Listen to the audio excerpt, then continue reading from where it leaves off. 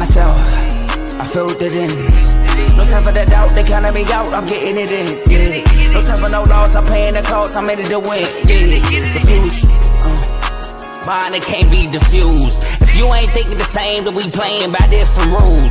You can't see the vision, we living at different views. Until we complete the mission, keep getting up, never snooze. I walked a mile in my shoes, had the mind of a fool, chasing diamonds and jewels. Trust me, I was confused. Started minding my business and used my mind as a tool. Ended up finding my purpose and found the time to get to it. They told me I couldn't do it, they told me I couldn't make it. They sold it, could never break it. That's sadly mistaken. I need a piece of the pie, I want it so bad I can taste it. They told me like Toby, keep on running toes, they gon' take a few to lose. Built the win, applied myself, I filled it in. No time for the doubt, they counted me out, I'm getting it in, yeah. No time for no loss, I pay for the cost, I'm winning to win, yeah. Refuse to lose, I built the win, applied myself, I filled it in.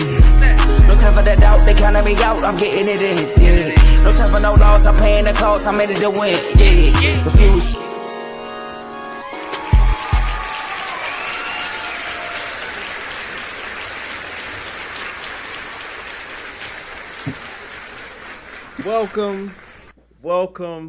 Welcome back, everyone, to another exciting episode of Unfazed with my boy JJ and, of course, your boy AJ. We got on the all black today. I don't think we planned this show. We got on the all black today. That's how you know we ready to go to work. Okay, we ready to get busy, man. We got some debates brewing. We got some stuff to get to.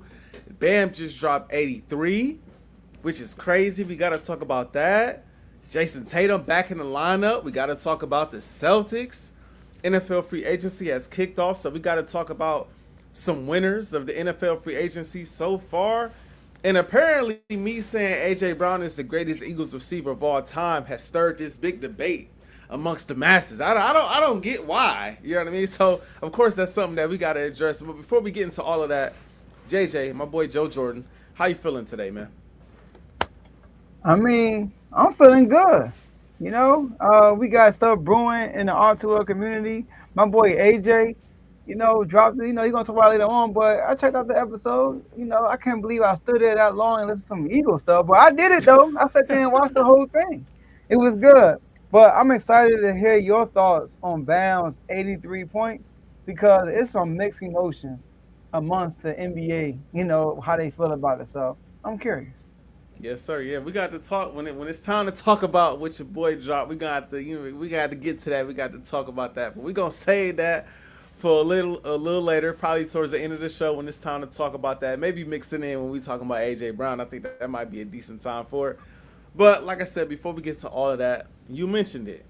Bam's 83-point game. Now I'm not gonna start it this time. I got my own thoughts that I'm gonna share shortly. But before I get to that, I haven't heard your thoughts. I haven't heard your takes and opinions. I did come across a reel where I heard you say, why is everybody so mad at Bam? And I was like, oh, let me scroll because I don't want to hear nothing before I go live because I have my own takes and things I want to say. I got to ask you, Joe Jordan, for the Unfazed fans on my channel, right, on the R2L channel, what are your thoughts on Bam going off for 83 points against the Washington Wizards?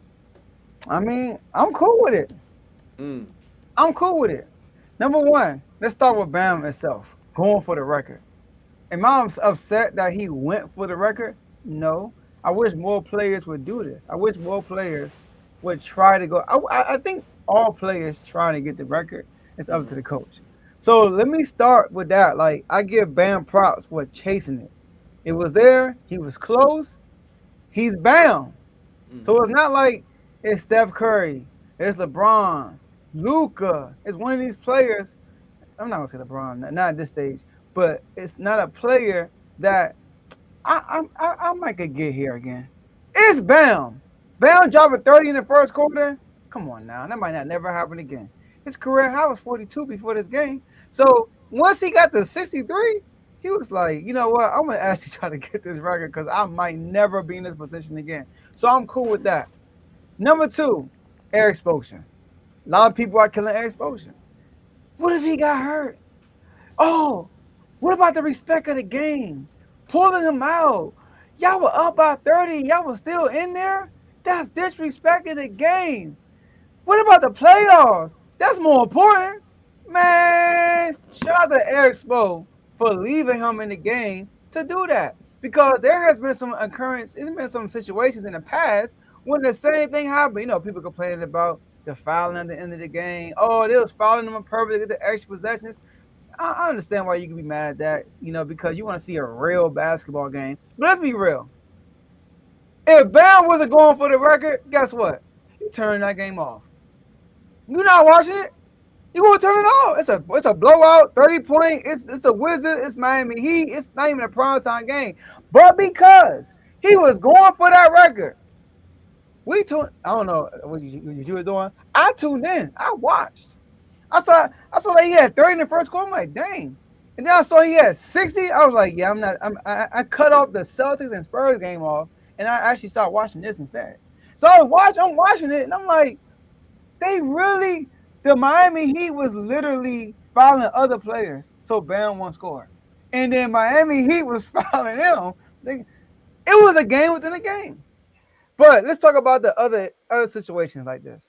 I'm not even about to talk about Wilt situation. How about David Robinson? When David Robinson went from the scoring title against Shaq dropped like 33 that same day. David Robinson needed 68 points to get the scoring title. He ended up getting 71. You know why? Because at the end of the game in the fourth quarter, they kept him in the game against the Clippers, who only won 27 games that year. And they were fouling the Clippers so they can get extra possessions for David Robinson to get the record. And guess what, AJ? You probably didn't even know that. Because nobody talk about it. He's in the record book. He's already there. So I think Giannis said it perfectly. Giannis said it don't matter how he did it. Nobody's going to talk about it years from now. Nobody's going to be like, but he shot 43. First of all, the free throws, he got fouled. It wasn't like, the Wizards fouled him. I'm sorry. So for a situation like that to happen, you got to go against an inferior opponent. Like when Wilt Chamberlain broke his 100-point record, the starting center, I know it's a long time ago, didn't play. So he went against a backup and a back. He went against two backups that game, which they were already small, and he just dominated them. Same thing with Bam. Tyler Hero out. Wiggins out. Norman Powell out. So he's their scorer.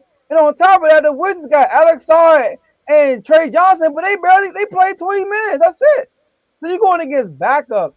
So obviously, when you have a game like that, opportunities, I'm cool with it. So I have no issues with Bam breaking the record. I actually think it's good for the NBA. It's only a problem. No, it's my boy AJ. It's the name. Because it's Bam. If it was Steph, she wouldn't be like, oh, they fouled on purpose. Nobody would be talking about that. Maybe a few, but not as much. If it was Luke, maybe Luka, because they don't like Luka. And last thing I want to say is this. The people that say, oh, you should never broke it. It's Kobe Bryant's record. Oh, you should have leave it as Kobe's record. What? Kobe probably turned in his grave hearing you say that. Kobe wants you to break the record. He want that. And somebody on ESPN brought this up. I forgot his name. I will give him a shout out. He said when Michael Jordan hit the game-winning All-Star game, we all got excited. Kobe got fouled. And they told Kobe to miss the free throws. What Kobe do? He hit both of the free throws, won the game. Kobe will be proud. He wants you to break that record. And that's really my last thing. I saw an interview with Kobe, and there was a high school player who scored over 100 points. And they asked Kobe, they told Kobe about it. He said, 100 points? It was like, how many shots he take? They said like 128. He was like, wow. How much he scored the team? Like 150. No other teammate had over 10 points. He said he must have had the Mamba shoes on. Kobe, what? Kobe wants you to break that record. So I'm cool with it, AJ. The floor is yours. Oh man, I'm sure I'm gonna sound like a Bam hater with the stuff I'm about to say. Let me just preference my comments by saying this. 83 points is 83 points.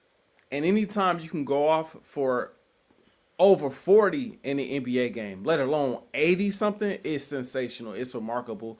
It's something that we have only seen one other time going over 80, and that was Kobe Bryant. So I like you, similar situation. You know, I was watching. I forget. I might have been watching the Celtics and Spurs. I know I was watching something else, and I got the alert. I actually was on Twitter at the same time. I was kind of multitasking, and I was on Twitter, and it was like, yeah, Bam just went for the highest total in franchise history for the Miami Heat, and I'm thinking like, dang, like Bron went off before, you know, D Wade went off, like. How much he got? And I looked on Google. It was like, yo, he got 70. Hold on, like let me swap the channels and get to the game. And I'm watching the game, and as he's approaching an 81-point record, I'm getting more and more disgusted. I'm getting more and more agitated. And the reason why I'm getting irritated and disgusted with him getting the record is because of how he got the record. Now, you just said it. I like how you said that, Joe, because you set me up perfectly with nobody's gonna remember how he did it. That's my beef. Nobody's gonna remember how he got it later on down the line. And my bigger issue is this. If we lived in a society, right? If we lived in a sports community that didn't always want to draw comparisons, I wouldn't have no problem with this. We can acknowledge Bam Adebayo's greatness. We could acknowledge Kobe Bryant's greatness. And we could acknowledge Wilt Chamberlain's greatness in their own boxes. But in today's day and age, you know what they're going to say 10 years from now when we talk about the greatness of Kobe Bryant and the fact that he dropped 81, but Bam dropped 83? We see how Kobe Bryant is talked about now. My issue is with Kobe. We see how Kobe Bryant is talked about now.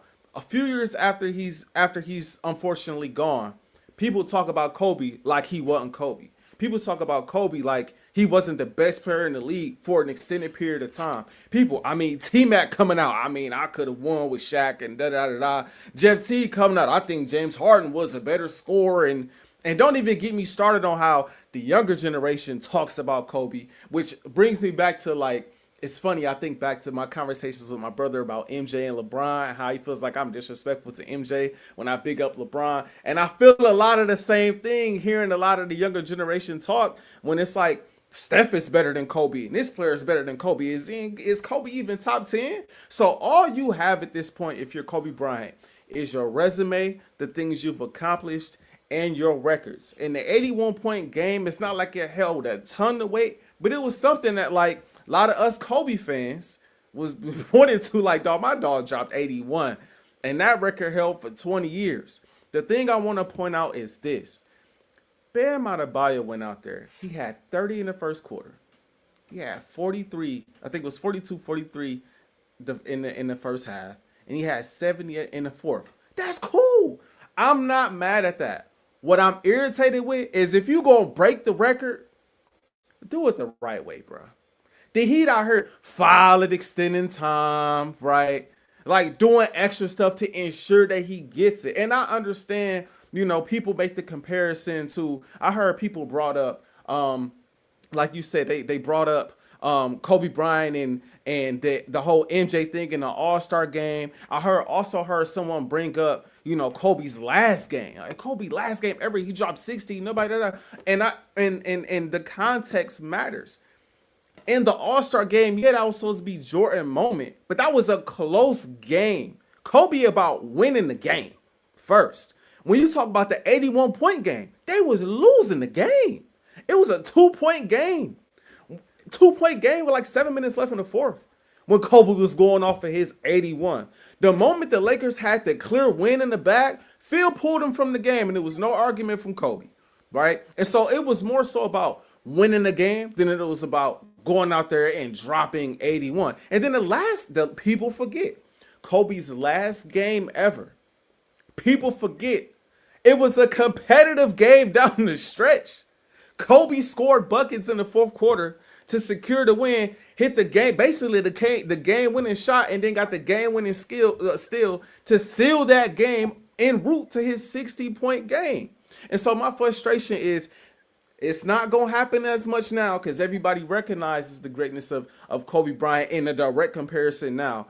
But 10 years, 20, 30 years from now, when the younger generation comes up and they see Wilt and they see Bam and they see Kobe, right? And who knows, somebody may pass Kobe in another 20 years, so they might see Wilt, Bam, and someone else. That generation is gonna come up and say, yeah, Kobe was great. I mean, his 81-point game was cool, but I mean, how great was it? I mean, Wilt had 100, right? They forget. I didn't know that fact about the center not playing. That was news to me, right? The whole Bam thing. Not gonna talk about how that game ended. Not gonna talk about how they up 20, 30 points and they foul in the extended play. Bam himself was like, yo, don't foul. Like, what are y'all? Like, it's cool. I feel y'all, but y'all ain't gotta. If I'm gonna get it, I'm gonna go out here and I'm gonna get it, right? It's frustrating as a Kobe fan, understanding the context by which Kobe set his record and the context by which Bam set his record. I'm not mad at Bam. I'm not mad at Eric Spoelstra. I'm not mad at the Wizards, even though the Wizards are garbage. They are who they are. I'm mad at the narratives that I know are going to come 10, 15, 20 years, maybe even 5 years from now. When we talk about the greatness of Kobe Bryant, this may be something that is now looked over because someone passed it by doing it in the way that KD, last thing I'll say is this before I pass it back to you. The weakest move in basketball history was KD going to the Warriors, right? We remember that. Later on in life, they're going to say KD a two-time champion. They're going to compare him to LeBron and compare him to Steph, even though they played on the same team, and compare him to all these other legends. And at the end of the day, what's on his resume? He a two-time champion. Forget the fact that he went and left OKC and played for a 73-win team. Context matters. And I think in this situation, later on, we gonna forget. A lot of people gonna forget the context. And as a Kobe fan, I'm speaking as a Kobe fan, it's gonna bother me because context is missing a lot nowadays when we talk about Kobe Bryant. So call me a bitter Kobe fan, but I wasn't feeling it. And after he beat it, the way he beat it, I turned the channel and I moved on with life. So the whole Kobe thing, yeah, he dropped 81, but to me personally, that's not big. Like it's big. But it's not. It just shows you Kobe. He dropped 81, but it wasn't like a main thing I focused on when it came to Kobe. It was an afterthought because that's who Kobe was. He's going to score the ball. He averaged 35 that year, by the way, 35 a game that year. So that's what you have. Like the year that he had 81, he averaged 35. So like, it's always ways if you're talking to a person with some sense, they can realize that Kobe was him. So I'm not worried about that. Because Kobe is a 5-time champion. Kobe was the best player when he was playing. You know, Kobe, all defense, every year his career, daggone there, right? It's until he tore his Achilles. So Kobe is him. And you're right. People going to forget. And I get it. You're trying to protect. So your main beef is the Kobe thing. Yes. It's a Kobe narrative that's going to go by. But think about it. Records are meant to be broken, though. That's true. And I believe, and this is the thing, I agree with what you said about like looking back, if Kobe was around, Kobe would want Bam to go get the record for sure. Behind closed doors though, Kobe being the competitor that he is, I'm not sure Kobe will be happy with how it's being done. I really don't. I think if you go back and you, again, up till the fourth quarter, I mean, Bam going crazy. And like I said, I don't care about the free throws and all of that stuff leading up to the third. He was having a field day and he was getting hacked. People talking about he put up 22 threes. He shot out this percentage. I don't really care about that aspect of it, right? I care about, okay, once you got up on the record, you're 11, 12 points away from the record. The game wasn't a basketball game no more. It was like you said, it was the game within the game. We up 20, we up 30. Now let's let's foul them so they can't run no more clock down. All right, the Wizards, let's triple team him now so he can't get the ball, and he get the ball and he jumps into the defenders. Oh, foul! Now he going to the free. It's like, bro, we not even really like. It got to a point where it became clear and obvious he was going to break the record, and I don't think 83 points is 83 points. But again, Wilt has the true record that we haven't seen. Wilt has that record. So the reason why Kobe is brought up in these conversations is. They don't do all that if Kobe don't have that 80. If Kobe don't drop 81 and set that mark that we've all seen, he not shooting for 81. He stops at 70. 70 is a lot of points. I dropped 70. He might not play the whole fourth. But because Kobe has the record, what you going to say? Oh, you talking about Bam? Bam would have stopped? Yeah, I think. Yeah.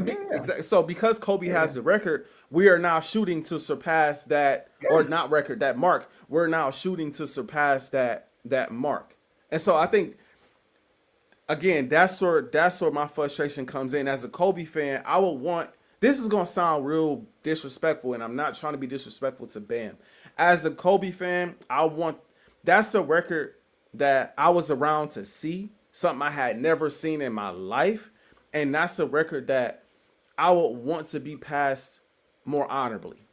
I would want somebody to just do it, just somebody just went off, start to finish in similar fashion, or at least if it's a blowout, right? And Bam, it gets the record. It's not because they fouling the other team to make sure Bam gets extra opportunities to score. It's a blowout and Bam's still in the game and Bam's still going for it, but we still playing basketball. We not hacking the other team purposely so that our guy can get more opportunities and more bites at the apple to beat a record by which Kobe didn't set out to go. Kobe and the Lakers did not set out to drop 81 points that game. Kobe was trying to win it. We are losing to the Raptors. We trying to win the game, and whatever it takes to win this game, we down 15. We got to win this game, and he goes nuclear and leads them to a win. That's more. You respect that more. But again, the hate that Kobe gets nowadays, not only from fans but from some of his former peers. It'd be one thing if it was just bro. It'd be one thing if it was just fans. I done heard Jeff Teague say so much. I done heard T-Mac talk a certain way. I done heard all of these. I mean, come on, bro. These are guys that lined up against Kobe and really know what that was like, saying the stuff that they say. And it's like, so as a Kobe fan, I want, if you gonna break it, if you gonna get 5 rings, right, go surpass 5 rings and do it the right way.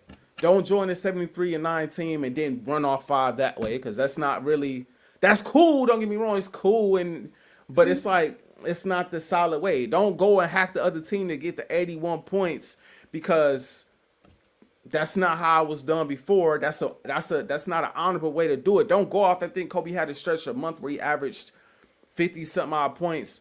Don't go James Harden where you just jumping into everybody every game just to that's lame to me, bro. And again, and it gets lost in the sauce the more time goes, and we look back and be like, dang, man, he was a better scorer than now. All of a sudden, James Harden, who we know, and I know I'm wearing all kind of left. I know, but just James Harden, a guy who we knew we couldn't stand the way he played when he was with the Rockets. Not early on, but those last few years when he was jumping into guys, and he was worse than SGA by far. We forget that. Now all of a sudden, James Harden is a better scorer than Kobe Bryant. It's like, yeah, he's tripping. That's just nothing against Bam, and I know this is supposed to be about Bam, but I think it's hard to have this conversation without bringing up what came before him and what he just surpassed, which makes the moment the moment. This is Unfazed, so I'm gonna push back. But first, I know we can't wrap here too much, but people act like it was a close game. They needed all 81 points to beat the Raptors. No, they didn't. In the fourth quarter, they got the lead to almost 20, and Kobe stayed in the game to get 80. He stayed in the game. He didn't get caught. He didn't get checked out until less than a minute left in the game, when they were already up by like 18 for a long stretch. That was number one. And number two, we accept what we tolerate. Because when somebody misses a shot on purpose to get a triple-double, we don't complain. When people put somebody down at the free throw line so they can get the rebound and get the triple-double, we don't complain. But when Bam does what he does, we complain. It's because of the magnitude. It's because it's Kobe's record. If it was him to get 50 points, we won't be complaining. We only complaining is because he's getting Kobe Bryant's record. So I'm not gonna sit here and criticize the man for going out and get the record. I get it, because at the end of the day, all that it was fouling the other team, the Wizards were also fouling Miami, and the Wizards were triple teaming him, and he still got the record. So respect to him for that. And shout out to Eric Spo in the press conference. I ain't apologizing to nobody. Period. So yeah, so go ahead. I know you probably got the play-by-play. Go ahead. I did. You know it. You know it because this is why we have great chemistry on Unfazed, because you know me. you know what I'm over here. You know what I'm over here doing. I'm looking at the play-by-play because I'm going back and reviewing it. It was a 3-point game.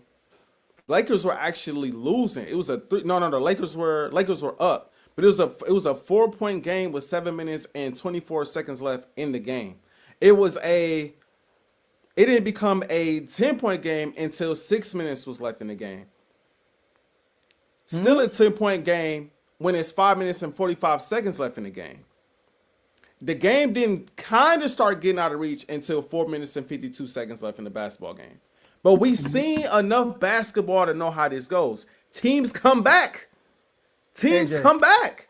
And I want to mention this again. It's not like they was up 30. It's not like they was up 30, 40 points. They were down the whole game. And Kobe went off and extended that lead as far as they extended it. And Kobe kept going. What was the score and how much time was left in the game when he got 81? He had 2 free throws. Let's see. And try to do this fast. I just watched this game again. So I know it's fresh in my mind. They was up. They got back. They was up at the very end. They was up 18. Looks like they was up 18 with how much time left? They was up 18. It looked like it was a minute and 47 seconds left. And he's still getting 80. And once he got 81, what happened? They took him out. Because he wanted 80. But I know they're just saying because they ain't fouling, but he went for 80. Once the game's out of reach, he was like, I'm close. Let me get to 80. Bam, like, I got 63 to start the quarter. Bro, I can get 83. I mean, I can get 82. I can get 82. So he tried to get it. And they got it. That's why I ain't mad at it. And I get it. It's because it's Bam. If Luka did it, you won't be tripping as much. Because you understand it. You like, Luka's a scorer. I can see that happening. Because he did drop 70. Even they was trying to give him 72, by the way. And so but the fact that it's Bam Adebayo, we are making a big. It's like you always. It's the name because he don't deserve. That's how we look at it. He don't deserve to be in this conversation, which I get, but he did it. That's true. And like I said, I give credit where it's due. I just don't like how it went down. Even if and I still believe we've seen players stay in the game and do similar things after you've come back. Right, you've been down all game. A player get hot, and you just keep the player in the game and let them ride that out to the end of games. It's not like that's the first time we've seen that. So that's why I wasn't knocking Kobe for that because it was at least a game in the fourth that he continued to take over until down the stretch. He continued to stay out there, and then Phil eventually pulled him out of the game. I didn't feel that way watching Bam's game. I felt like they kept him out there the entire fourth to chase the record, whereas they kept Kobe out there to try to win the game. And then you can say it got to a point where it's like, yo, Kobe's so high. How is he finna continue this? How high can he? That's different than the game already out of reach. If Kev said it best right here in these comments earlier, Kobe dropped 62 against the Mavs in 3 quarters and sat out the whole fourth. I think Kobe and the Lakers were more so about winning the games than they were about setting the record. That's just my opinion. And I think that not Kobe. Kobe would have stayed. I mean, because you're a player. You want to score as much as you can. He's a player. Ain't nothing wrong with that. Everybody's mad at Score. Nobody really mad at Bam because Bam is a player. Players want to stay. Remember Myles Garrett had 5 sacks and they took him out of the game. He's like, bro, I know we're getting blown out, but let me break this record. Right. Yeah, I get it. I get it. Just like I said, as an Eagles fan, or as a Lakers fan, I'm just like, or a Kobe fan, really diehard Kobe fan. It was tough. It was hard to watch, and I could just see how later on, people gonna be trying to dismiss of what a lot of the real ones gonna know, right? But there's gonna be a lot that are gonna feel differently. The analytical people are gonna have different opinions and takes. I feel you on that. Your angle is different. Your angle is just like, man, you're not gonna like the conversations in the future when it comes to this and Kobe. Exactly. So I got you. But there's another guy whose game is kind of similar to Kobe, and that's SGA. And they playing the Celtics right now. And I don't know if you noticed, the Celtics are actually winning 40-31. So Jason Tatum is back, and Jaylen Brown gets ejected against the Spurs, a big game that we all were watching. But before that game happened, they were 2-0, beat the Charlotte Hornets, and then went on the road and kind of destroyed the Cavs for real. So, AJ, there's questions lurking in the East. Now Tatum is back, getting back into his rhythm. He's doing everything else pretty good, though. Should the Celtics be the favorites in the East? I think they should, no question, be the favorites in the East. No question they should be the favorites in the East. When you look at the Eastern Conference, we talked about this before, Joe. When I said Jaylen Brown is my front runner for MVP, I don't know about now, but at one point in time, he was my front runner for MVP, given the way he was playing all season long, given the way he looked, right, in the absence of Jason Tatum, and how he was carrying the Boston Celtics. At this point in time, Carl, it depends on who you ask. I want to go back to this. It depends on who you. I'm sorry, bro. It's too many conversations around my dog, bro. That ain't putting the proper dip on the chip when you talk about Kobe. But let me move on. I'll move on. Let me lock in on these Celtics. Lock in on these Celtics. Anyway, when it comes to the Boston Celtics, right? When I look at the landscape of the Eastern Conference, right? What team in the Eastern Conference is more complete than the Boston Celtics? What team in the Eastern Conference that is competitive, that has more championship experience than the Boston Celtics? What team in the Eastern Conference has a 1-2 punch, the likes of a Jason Tatum and a Jaylen Brown? None of those teams match the bill. We respected the Pistons. I said before, they were the team to beat in the Eastern Conference. Lately, the Pistons been looking a little shaky. Lately, it's feeling like teams have been figuring the Pistons out. We'll see how they look come postseason time. I still think they will be in position to make a run. But at the end of the day, they are still a team that is ascending, not a team I believe that has arrived just yet. The Knicks, you don't know what you're going to get from the Knicks. You just don't know. One moment they look like the best team in the league. The next moment they look like a team that is a first-round exit, depending on the matchup. You just have no idea what you get from the Knicks. They could easily be a team that comes out of the Eastern Conference. This is a team that beat the Celtics just last year, right? But the way they played this year, the heart that they have displayed this year has not been the same heart that they displayed last year. The way they have played, the way that most notably Karl-Anthony Towns has played, right? The way that Mikal Bridges has played, especially as of late, has not been up to par. Right? So you look at them and you like, do you have faith in them? You kind of do, because they have a lot of experience too, but you don't know what you're going to get from them. The Cavs, I don't believe in. I'm sorry. I do not believe in the Cavs. If I'm being real with you, I ain't believing the Cavs last year. I ain't believing in the Cavs. Definitely ain't believing in the Cavs this year with James Harden. I just don't see it. Now, maybe later on down the line, when this team, right, has more time to build that chemistry and more time to mesh together, I'll feel differently about the Cavaliers, right? At that point, I will feel different, or I may feel different about the Cavs. But I think right now, James Harden coming to the team like mid-season, right, and you trying to form that chemistry, guys in and out of the lineup, it's hard for me to say that team just built is going to go up against the Celtics and beat the Celtics. And then who else you got in the East? I mean, no disrespect to Orlando. They're a good team, but get out of here. Okay. I'm sorry, Vaughn, if you're listening. I mean, y'all cool, but y'all ain't Boston. You know what I'm saying? Y'all ain't there yet.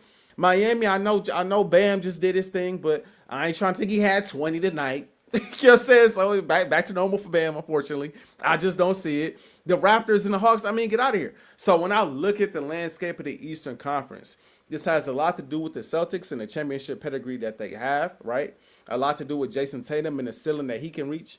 What we've seen Jaylen Brown do. I think now that they have seen Jaylen Brown do what he's done, Jason Tatum could kind of take his foot off the gas a little bit and ease himself back into the lineup, right? And not have to exert too much energy to help the Celtics win games. And then it's also about the landscape of the East. If they was in the West and OKC was in the way, Denver was in the way, maybe Minnesota was in the way, some of these other teams, the Spurs were in the way, I would feel differently. But in this East, I got the Celtics coming out. If you're telling me Tatum is going into the playoffs healthy and they got this backstretch to get that chemistry down, and Tatum has looked good. Remember, I questioned how he would look coming back a little early, right? How does he mess with Jaylen Brown and the team as presently constructed? He's looked great. And he ain't hit that normal Jason Tatum 30, 40. He ain't hit that just yet. He's looked great. So I don't see nobody beating the Celtics right now. If I had to place a bet, I would put the house on the Celtics to win the Eastern Conference. All right. So he looked great. Define great for me. Because great by the standards of he's fresh off of an Achilles tear. We haven't seen him in a while. He don't look great according to the standard he set before his injury. No, but he looks great as far as like you can tell he's gonna get back to the level. At least for me, I can tell he's gonna get back to the level that he was just at. But it's gonna take him time to get his feet underneath him, get his wind back, get his conditioning and things of that nature. But it's not like he out there limping around or moving gingerly or not able to do a lot of the same stuff. He looked fresh. Now he did miss that alley the other day. It don't look like the hops is there, but he was never a Vince Carter type of guy anyway.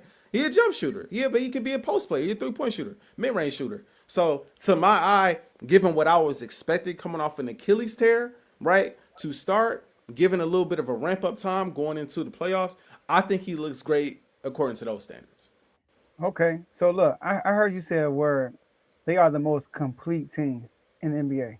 I mean, just about a week ago, who is JB playing with? He got no team. He playing with nobody. Now we add Tatum to the mix. Now they got a complete team. Now you say they got the best duo. Then you got an argument. But now we go from he playing with nobody to the most complete. To be complete, you gotta be good all around. You gotta have all the edges smoothed out, all that stuff. You can't have no bumps in the road. But before Tatum got here, it looked like they was on a bumpy road. I mean, the whole time. And now Tatum here is complete. That don't add up to me right there. I think the Knicks are a more complete team than the Celtics. You look at their roster, they have a complete team. They have areas in different ways to score. They got defenders, they got 3-point stretchers, they got height, they got rebounders, they got a bona fide scorer in Jalen Brunson. But if you have an off night, they got multiple guys who can carry the scoring load. So overall, we look at the roster, the Knicks have the most complete team, in my opinion, in the East. And then also when they listen. The reason why I'm not putting them as a favorites right now because Tatum has just came back from the Achilles, and the Celtics haven't shown me that they should be. I haven't watched them said, man, whoo, they the favorites. They played Dallas, who's tanking. Okay, they beat them by 20. They play the Cavs. Big game, right? Did you know the Cavs is the only top team in the East the Celtics beat this year? Beat them boys 3 over this year so far. Beat them twice with only Jaylen Brown. So was I surprised they beat the Cavs? No, I was not. They played against the Spurs. Brown got hurt. It was really a good game down the stretch. They ended up winning the game. Now they're playing OKC without Tatum, and they're winning. So I'm not going to put them as favorites yet because Tatum hasn't shown me that he's fully back yet. Now, if you tell me, because I said this on our tour show, if Tatum could get back to Tatum, then they are very scary. Like they can. I don't think they should be the favorites yet because it has to be proven. I think it's hard to pick a favorite in the East. I would go with Detroit or the Knicks right now, but I won't go with the Celtics right now because with the healthy Tatum, they lost to the Knicks. So I'm not gonna say they're the favorites right now for those reasons. Joe, if we not going with the Celtics, you said we going with the Knicks as of late. What have the Knicks shown you? They blew out Denver, they blew out the Spurs, and they just lost to the Lakers. They lost to the Lakers, so they are like a little roller coaster. They lost to the Lakers, and if I'm not mistaken, they lost to the Clippers too. The Clippers beating a lot of people, but the Clippers. I'm serious. The Clippers been tough lately, but the Knicks are a roller coaster. But at least the Knicks are beating the great teams in the NBA. The Celtics are not. I mean, because the Celtics just now getting Tatum back. And I'm not gonna push back too hard on this thing because I feel like I let it slide before when we was having the MVP conversation about Jaylen Brown and how they wasn't beating all these teams. I should have went back and did a little bit more research on some of them games. So some of them games, they ain't losing them games because of Jaylen Brown. Some of them games, Jaylen Brown going off and they still lose. Lie, he wasn't 33 against Detroit. I mean, so it's like I should have had that in the clip, and I didn't have that loaded. I went back and seen. I like he got me. But all I'm saying is, this is the thing about the Boston Celtics. This is the part that we miss, right? So, yes, I said that the Celtics. Who is Jaylen Brown playing with? Because at the time, if you could key in on Jaylen Brown, a lot of them other guys tend to struggle. But when you add Jason Tatum into the fold, it makes the overall team better. Because now you have to focus on JB and you have to focus on Jason Tatum, especially when they're on the court together. So that puts everybody in their roles again, right? That puts, White in his role again. That puts Pritchard in his role again. That puts all of your role players that are good at what, like, don't get me wrong. They're good shooters. They're good at what they're doing. They're good space creators. And occasionally, Pritchard could get busy and create his own shot. White can get busy and get his own shot. But I don't think that's naturally their game. When you add a guy like Tatum into the fold, I believe, again, now the team is complete because you have two guys that can get their own. And if you capitalize on those two, like we saw a few years ago, now you got shooters all over the place that's wide open and they can light you up. So that's why I feel the way I feel about them being a complete team now with the addition of Tatum. But the thing is, again, like we said before, Jason Tatum just got back. He just got back. And we do have to see him continue to ascend and continue to improve, continue to get back to himself. But he got time. Ain't like he coming back and he got 2 games before the playoffs start. This is one of the heavier months in basketball, if not the heaviest month in basketball, leading up to the postseason. So he's got time to get that win underneath him. He's got time to get that confidence in that Achilles. He has time. Mm-hmm. The team has time to continue to build that chemistry leading into the playoffs. And when they hit their apex, which I believe they will, I just don't think any team in the Eastern Conference is equipped to go up against them. Now, the Knicks, again, the Knicks took them out last year, but the Knicks don't look like the Knicks of last year. They don't. Now, what I will give the Knicks is this. Last year, they had similar regular season woes. They did. Last year, they looked like they couldn't beat nobody in the regular season. That was a talking point going into the postseason. And then in the postseason, they rattled off a bunch of wins, got to the Eastern Conference Finals. So I will give them the benefit of the doubt in this way. But they not coached the same way.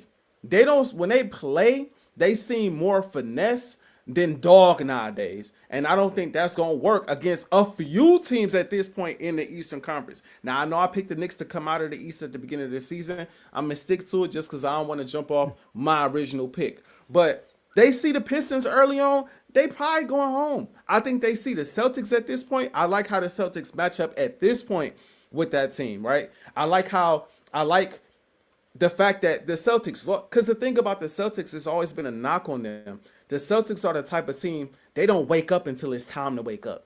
And that's been a thing for them for years. That's back when they was down 3-0 to the Heat, then all of a sudden they rattled off 3 straight, got back in the series until Jason Tatum rolled his ankle. And that's just been the Celtics. And I honestly think, as bad as it sounds, and I'm not making excuses for the Celtics, it felt like they sleptwalked through the second halves of those Knicks games. Because if you remember, if I'm not mistaken, it was up 20 in the first half of both game 1 and game 2. And the Knicks came back and smoked them I think the second half going into the fourth. So it's like, no excuse. Okay. But all I'm saying is, I don't look, the East has not given me enough confidence when I watch any of them play on a night in, night out basis for me to be like, you're going to take out this Celtics team that is, I believe, hungry, motivated. JB now being arguably the best player on the team, having the season that he's having. Jason Tatum coming in and filling in. And at this point, Jason Tatum don't necessarily got to give you 30 to 40. He come in and give you 20. And they will dominate teams in the postseason, I believe. As long as Jaylen Brown continues to play the way he's playing and those role players hit shots from the outside. So I have more faith in those teams than I do ultimately in the Celtics than I do in the Knicks, and definitely the Cavs. And Detroit is coming, but they're not there yet. They need a little bit more. I just have more faith in the Celtics. See, when you say I'll bet the house on it, like it's a done deal, that's where I'm off the boat with you because you just said it yourself. The Celtics are a team who basically lock in when they need to, and you know why? It's because of their leader, Jason Tatum. It's him. He's not locked in. In those first 3 games in Miami, he was the one that didn't show up, and then he decided to show up. They started winning games. That's how they are. And you're telling me that same leader that we're talking about, that's a roller coaster, fresh off of Achilles, now Jaylen Brown is leading. So we expect this team to all of a sudden just flip the switch and just go through the East. Like definitely should be the favorite. I disagree with that. Of the two players, and I like I like that point because I think that works for me. Of the two players, Jaylen Brown seemed like the one that's more of a natural leader. The one that's more of the guy that gets the locker room together, the one who I won't say takes the game serious because I don't want to insult Jason Tatum. He's more of a dog. But he more of a dog. And I think it helps that now he's the guy now. You're not looking to Jason Tatum to light that fire amongst the Celtics. You're looking at JB. That helps. Because JB is now the guy that lights the fire and gets everybody going. He's done it all season long. And now you just like, listen, Jason Tatum, when you feeling good, do your thing. But this right now is Jaylen Brown's team. And Jaylen Brown ain't taking no games off. Jaylen Brown ain't taking his foot off the gas. He going at you 110% every game, especially in the postseason. And so that's why I like this dynamic. Now the dynamic has switched. We have a different, clear leader, a guy that's ended still in the MVP conversation, that's looking to ascend, while the other guy who is still great and can still at his best give you 30, 40, 50 if need be, has time to get his legs underneath him going to the playoffs. And I believe when you need Jason Tatum to step up and be that number 2 or 1B to Jason Tatum's 1A or to Jaylen Brown's 1A, he could do that, but he's not relied upon the way he was because JB has taken that mantle. I think that makes the Celtics a better team. I think it makes them a better team when it matters most. The question is, can he elevate his game in the playoffs consistently as the number 1 guy? That's going to be the question. I'm not mad if you say I think they should be the favorite. My pushback is I'm betting the house on it. Like it's like they should be the favorite. I'm not there yet, only because maybe I'm not sure if you're saying if Tatum can get back to what he was. Obviously, that's the case. That's different. But he fresh off Achilles, and I haven't seen a game yet where he's back. He's not back yet still. Now, he's doing all the little things. Like, he's rebounding. He's getting assists. He's playing defense. He's starting his feet. But he's still super rusty, which is expected. But from the injury that he had, I will say this, the other things you worry about, like the defense and all that stuff. And he's still defending. He's still getting rebounds. So his athletic ability is still there. It's all about him getting in rhythm. So I am telling people, like, watch out for the Celtics. Like, they can win the East with Tatum, but I'm not saying they're a clear-cut favorite right now, like you're saying, basically. That's why I disagree. As a hooper, and we can move on real quick to the NFL, but I just want to say, as a hooper, here you go. Oh, man, I didn't realize you said that. Yeah, I feel you. Hey, gotta represent. We always get people popping up, man. We rarely get the Commanders popping up in the comments. Come on, man. That's true. But Joe, I want to say this before we move on. Mm-hmm. You a hooper. You know how it is. You get out there. It's been a while since you've been out there, right? Ooh, you rusty. But if you can shoot the rock and it ain't falling one day, you ain't too worried about that. You more so, how does my body feel? Do I have my win? Can I still attack? Do I still have my athleticism? Because the rest ain't nothing. That's why I'm so confident. Because I know as long as he ain't out there limping around, he still looks explosive. He's still able to go to his go-to moves. That's most important in this building up phase. Not whether the shots are dropping or not, because that's going to come. The man's a born hooper. That's going to come over time. The more reps he gets, the more he gets, his feet underneath him. I know. I was just in the gym the other day. You know what I mean? Like, okay. You know what I mean? I feel good. You know what I feel good. It wasn't too much rest at all. You know what I mean? But yeah, man. Let's transition over to the NFL because we've had a ton of big news in the NFL this offseason. I gotta ask you, Joe. Now, when we talk about the NFL free agency, right? I want to talk about the offseason in its totality, right? Because we got coaching moves, we got trades and things of that nature. So not just biggest NFL free agency winner. I want to ask you, Joe, overall this offseason. Maybe that changes your answer. Maybe it doesn't. I'm not sure. But if you have to think about the team that you think looks the best so far coming out of everything so far this offseason, what would you say? I mean, we've had some big moves. We've seen the Ravens get Max Crosby. Didn't decide we really don't want Max Crosby. We rather had Trey Hendrickson, and we seen the Eagles get Rick Woolen. Yes, sir. We seen the Birds. Yes, sir. Get the ACV too. You love to see it. We seen the Commanders make some big time. Hey, I'm just saying, we bring another champion into the building, play with some other champions in that secondary. I'm just saying, you love to see it. You know what I mean? We seen the Chiefs make some big time moves. We seen the Rams, make so like it's a lot of different teams, a lot of different ways you could go here as far as winners. But if you had to pick one that's the biggest winner, who would you say? All right, now if we extended it to the whole all season, that's a different question for me. Okay. But I'm going to address the free agent first, and then I'll let you go, and then I'll follow up with another answer. Okay. But the best free agent team, the best team that had the best free agent, like the trades, the free agents, putting them together. I'm gonna give you two. I'm gonna give you one in the AFC. I'm gonna give you one in the NFC. All right. Okay. The one in the AFC is an up and coming team, and the one in the NFC is a contender. And I would say in the AFC, I'm going to say the Las Vegas Raiders. I like what they did so far. I know a lot of people are thinking about, okay, teams that can win right now. I'm thinking about what they did. So they got Nakobe Dean, your boy. I don't know if you're crying about that, but they got Nakobe Dean and Quay Walker, what I thought was two great pickups for them. They got Tyler Linderbaum, which is a great move, bringing in your rookie quarterback as a number one pick. Now, if they would have, and then they get Max Crosby. They keep Max Crosby. Now, if they got the two number one picks, it would be better, but they still get Max Crosby. So that's my AFC winner. I look at the AFC. I see some other teams that did some things. Now, we talk about all season. I love what the Titans did and their coaching staff.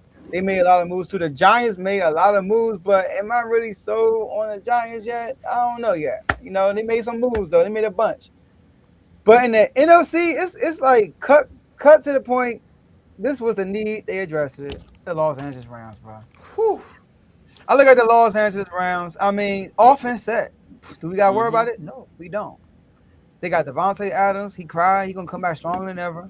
And they got Puka Nacua. They got Kyron Williams. They got the MVP, Matthew Stafford, and an MVP play caller, Sean McVay. But then on the defensive side, what they lack? They got a front seven. Front seven is pretty nice. But what they lack DBs, cornerbacks. They went and got Jalen Watson and Trent McDuffie. Basically stole the whole Chiefs secondary, which I thought was a big, although your boy Devontae Smith cooked McDuffie a few times in some big games. I know you can probably like, man, been there, done that. I get you. But I thought that was a big need. We got a guy on the network, Charles Griffey, he's a Rams fan. He always talk about that secondary is garbage.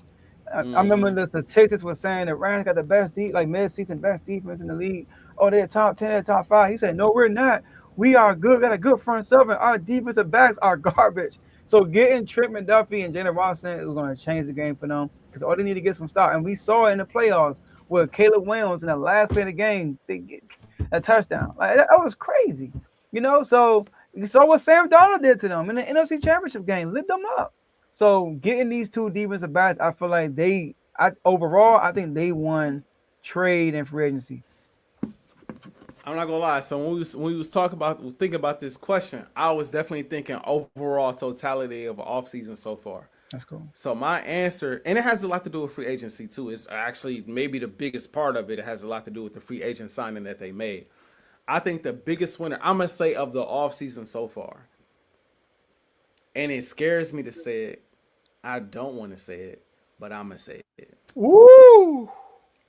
The Kansas City Chiefs, I believe, are winning the offseason so far.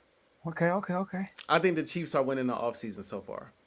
I think, first off, let's start at the top. You bring back Eric Bieniemy, a guy who already has a ton of chemistry with the Chiefs, with Travis Kelce, with Andy Reid, with Patrick Mahomes, right? So you bring him back with a team. It's been a lot of talk about, coaches not holding the Chiefs offense accountable and things of that nature. We know that's not going to be a problem with Eric Bieniemy.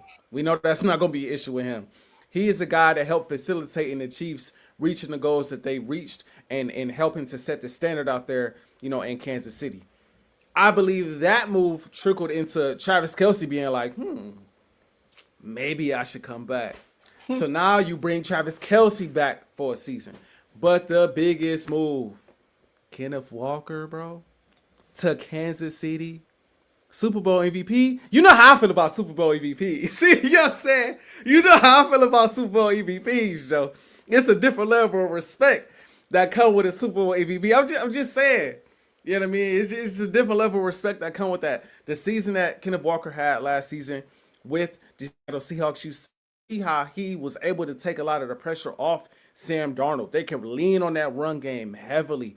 You see how he was able to lean on that run game in the postseason and obviously in the Super Bowl. The Chiefs have been missing a running game for years. It's been years where Patrick Mahomes lead the team in rushing for a postseason, or lead the team in rushing in the Super Bowl, or lead the team in like that has happened several times with the Kansas City Chiefs because they rely so heavily on Patrick Mahomes. Now we're bringing in a guy like Kenneth Walker. That's the guy you're gonna feed the rock, especially for a guy like Patrick Mahomes, fresh off of a bad knee injury, an ACL tear, right? Fresh off of that. Now it's like, all right, Pat. Now we want you to sit back. We want you to hand the ball off a little bit now. We don't want to put as much on your shoulders. We want you to hand the ball off now. Now, I don't like them losing Trent McDuffie. Obviously, that is a tough loss, right? At the same time, I think the way this offense is going to be able to, when Patrick Mahomes gets back healthy, dominate time of possession, keep the defense off the field. I don't really have the same worries about the Chiefs defensively as some others may. So I think all in all, just thinking about how this, like we keep on saying, and we gonna say till we blue in the face, that Patrick Mahomes is the best quarterback in the National Football League. When Patrick Mahomes is around, he kind of decides who comes out on top in the end. That's just the truth. Last few years, with the exception of this past year, Patrick Mahomes has basically been the deciding factor in who won the Super Bowl or not. So any way you can help Patrick Mahomes, especially offensively, and getting a run game established to make it easier on him to do his job from the quarterback position, I think that's a big time win. Now, I will admit, if you did not say the Rams, I was probably going to say the Rams. It was a toss-up between the Rams and the Chiefs because, again, I'm a fan of McDuffie. And the Rams, like you said, they had a need. They addressed the need. They are set going into this season. And you could argue the same thing the same way I talked about, Kelce coming back. They just got the league MVP back, right? Stafford is back. And now you solidified that defense on the back end. So I think what they did, is special. But I'll be remiss to not talk just a little bit about Reek Woolen. Just a little bit. Not too crazy. Nothing too crazy. Because I'm not going to talk like he's the best corner in football. But what I will say is this. The Eagles have lost a lot of pieces.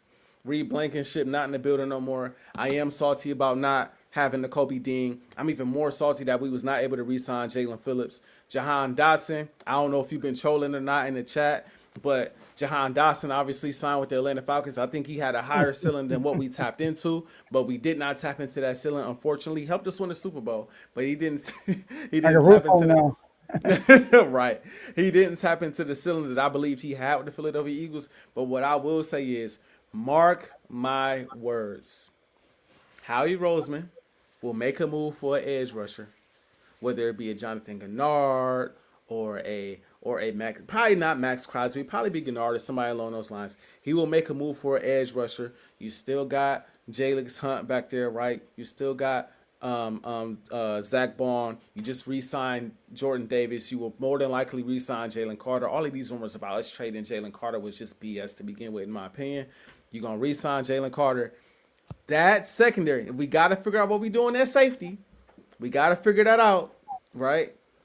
Because I thought at one point we might go and get CJ back again, or we might go and get Brisker. Both those guys gone. So we got to figure out what we're doing at safety. But as far as a cornerback trio,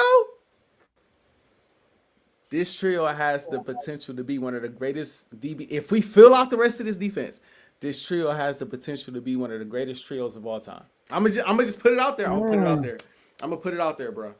Because we saw how great it was with Adoree Jackson.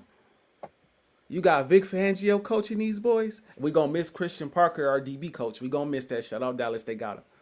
But you got Rick Willen on one side. You got Cooper DeJean in the slot. You got Quinyon on the other side. Oh.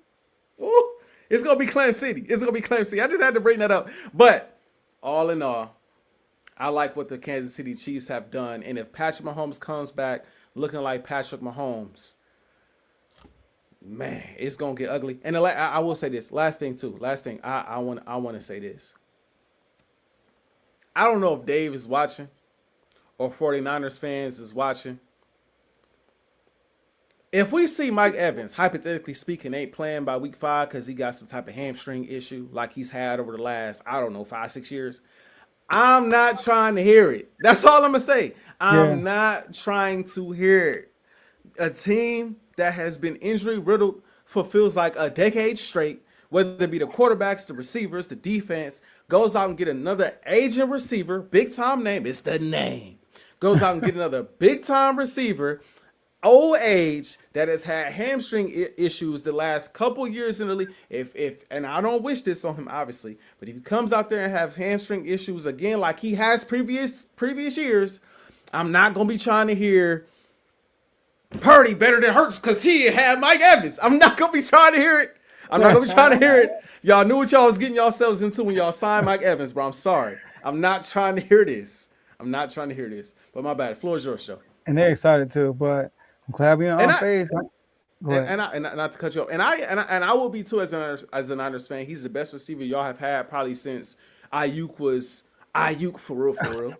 So like and Debo's in that conversation. Debo's in that conversation too. So when Debo was hitting on all cylinders, Mike Evans is Mike Evans, but Mike Evans' injury issues. He's just another guy in there that could get hurt. Hold on. You said that it's a better receiver since Brandon Ayuk was Brandon Ayuk. Yeah. I mean, when he come over, he'll be back to normal. Coming over here soon. I went on PFF.com today, AJ. They got him under the Commanders right now. on Pro Football Focus. They talking about something he with the Commanders. That's crazy.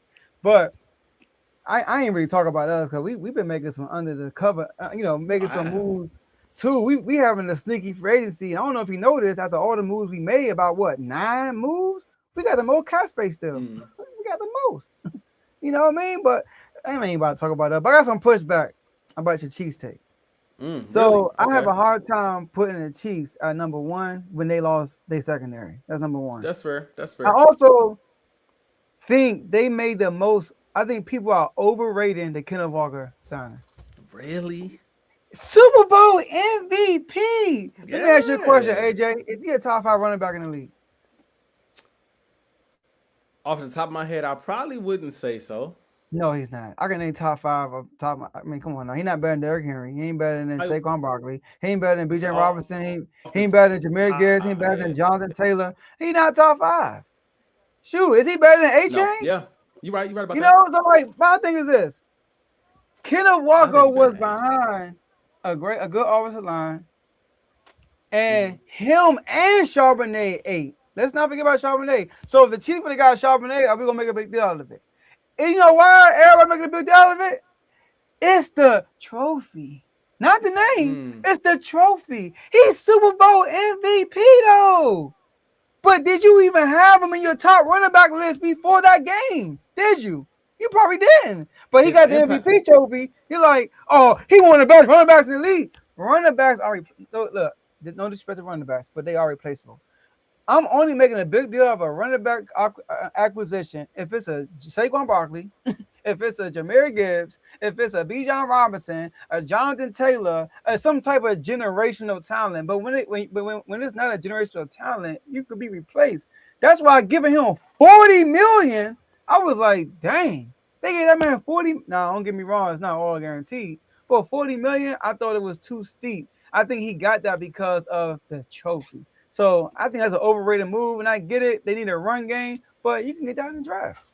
See, what you're saying would resonate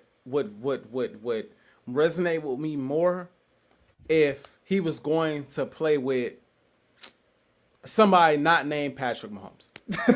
It would make more sense if he was going to play with somebody that's not of Patrick Mahomes' caliber. If he wasn't going to play with a guy that's arguably the best receiver in the the best quarterback in the National Football League, right? Somebody that could go down as a top 2, top 3. Some would argue the best quarterback of all time. The Chiefs didn't need a Saquon. They didn't need a Bijan Robinson. They didn't need somebody like a Jahmyr Gibbs. They needed somebody that was stable back there. The Chiefs were at their best with Pacheco back there balling. Pacheco was back there doing his thing here in spots. Ain't like he was going out there going for a stack of season. He just was in moments when you expect Patrick Mahomes and you game planning for Patrick Mahomes and Travis Kelce and the other weapons on the outside. You hand the ball off and he got shoot for 5 yards, 10 yards, 15 yards. And it's like, dang, we got to worry about the run game a little bit. And all you need for Pat is just a little concern about something other than the pass game, something other than him.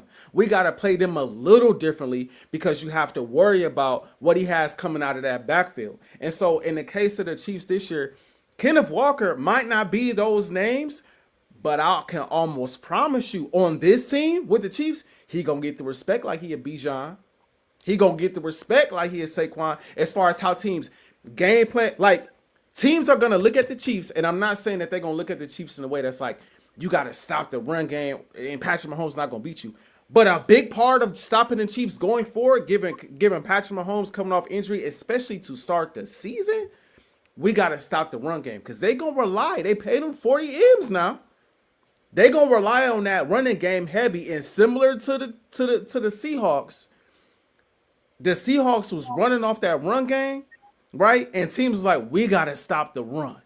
If we can't stop the run, we don't have a shot. It's going to be one of them things with the Chiefs where if we can't stop the run, you will not have a shot at beating the Chiefs unless, to your point, you beat them in a shootout because the defense don't look quite the same, right? Then you'd have more, more of a case. But the way I'm looking at it, a great player like Patrick Mahomes don't need a ton. It's a similar way as I look at in Carl in the comments, he's not gonna like this, but it's similar to the Bills adding DJ Moore. DJ Moore not AJ Brown. DJ Moore not Justin Jefferson. DJ Moore not all, but he about to go play with Josh Allen. He might look like one of the best in the league playing with Josh Allen. You got a game plan for the Bills a little bit different now because they got DJ Moore, right? And that's going to be a consistent target that's going to make Josh Allen's job easier. Now that's just something else that you have to focus. Eye candy. That's something else that you have to focus on because DJ Moore can kill you too. He did it a few times with the Bears where DJ Moore might take over a game. We saw it a few times against Green Bay, things of that nature. But he's not top tier, but he's the guy you got to worry about. And so that's how I'm looking at this Chiefs move. For a team that didn't have a run game at all, to go add a guy who's playing some of the best ball of his career, confidence boost coming off of winning the Super Bowl, knowing what it takes to get to that level and win on that stage, they're going to have the confidence to hand the ball off to him and allow him to do his thing, run some play action, loosen that defense up, giving Patrick Mahomes more time back there in the pocket to make clear and decisive plays with the football. And I'm glad he brought that up. We smacked them in large part because they couldn't run the ball. In the first Super Bowl we played, they did run the ball, but they couldn't. When they tried, they couldn't. The first three possessions, they didn't even run the ball. Right, but when they went back, when it was down, I think it was down 10-0 before Pat threw his interception, before the Cooper DeJean play, they tried to run the ball in that possession. It's just Jalen Carter and that was. You said what? Well, Brandon Jacobs, they go crazy on y'all. But y'all had a good run defense also. I do want to say this, though. Okay. I do want to say this. The Chiefs' running game was good when the passing game was good. The Chiefs' run game has not really been good in like last 3 years. The offense has not been really good for real. They've been relying heavy on the defense. And I'm not putting that on Pacheco or nothing like that. When Mahomes was fighting for MVPs, when the passing game was working, the run game was working also. So in the DJ Moore comparison, the reason why I say this overrated is because what they paid Kenneth Walker. They pay him as a top running back in the league. DJ Moore is not getting paid as a top receiver in the league. He got traded for. So that's why I'm like, for the money they paid for him, they're not going to get that in return, in my opinion. He might be a steady running back and all that stuff. Yes, I get you on that. He improves, but everybody making it seem like they got Saquon Barkley, like the impact, not 2,000 yard receiver rushing attack, but they thinking like y'all gonna be now like heavy run team. He gonna have his career year, all that stuff. It's like, dog, I don't expect that for real. To tell you the truth, he might get a career. He's still sharing carries with Kareem Hunt. They said Kareem Hunt get on the goal line carries. I was like, dang, that's messed up. That helps because then you could have like a Charbonnet and K9 kind of affecting that backfield. I think that helps. Ultimately, I think that helps the Chiefs. I think if the Chiefs were smart, which I believe they will be, and I think it's a big part of the reason why they went and got K9. If they were smart, they're going to slowly bring Patrick Mahomes back into the fold. Now they're going to come out there and have Patrick Mahomes throwing the ball 40 to 50 times a game, which is why you pay a guy like Kenneth Walker $40 million. Because it's like, we're not going to all of a sudden stop passing the ball. But for the first half of the season and moments in the playoffs, we might be a run-heavy team. Notice, now I don't know if they're going to do it yet, but I'm kind of shocked they ain't went and got Re-Kill yet. I'm kind of shocked they ain't went and made no trade for no receiver. They went and got a running back. They went and got a guy like, we're going to take the load off of you by handing the ball off a little bit. And we're going to not simplify the offense, but make it harder for defenses to game plan for us. Every time we drop back or every time we go on offense, teams are expecting us to throw the football.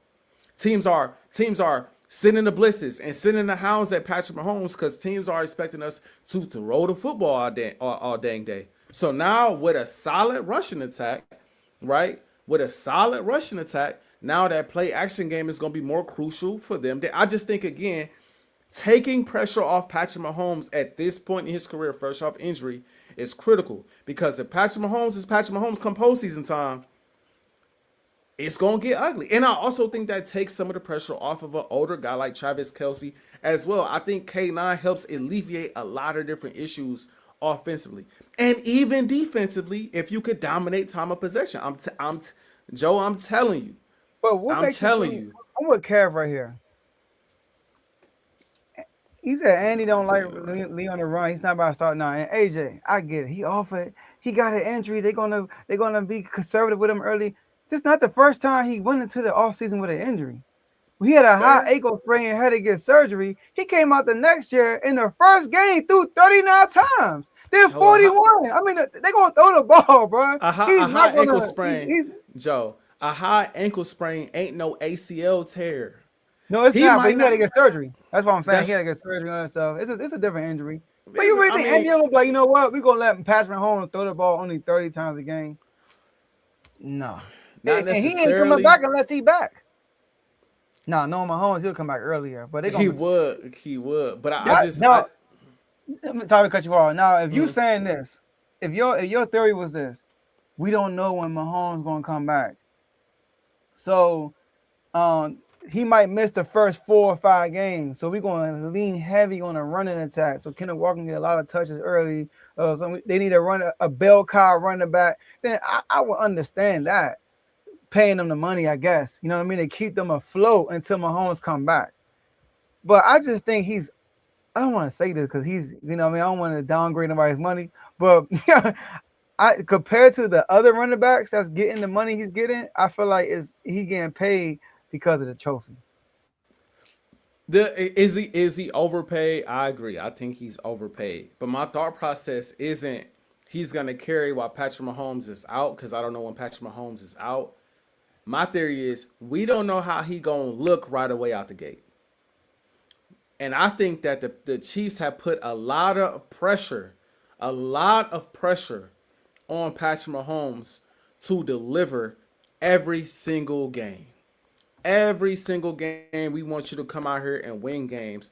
There is not a moment in time where you look anywhere else outside. It's offensively. Defense has won them games too, but offensively, it is Patrick Mahomes or bust. And I think adding a guy like Kenneth Walker adds another dimension to your offense. Like I say, if he's Pat, he don't need much. he don't need much to get back to where he's trying to get, which is why I look at this move like, hey, you bring in a guy, like you said, that could be a bell cow. You still got Kareem Hunt, right? And that takes some of the pressure off him while he gets his legs underneath him. And in the process of doing that, while that is happening, when things kick up and he's getting his legs underneath him and he looks like himself again, you still got to worry about the rushing attack in ways you didn't have to worry about the rushing attack before. You didn't.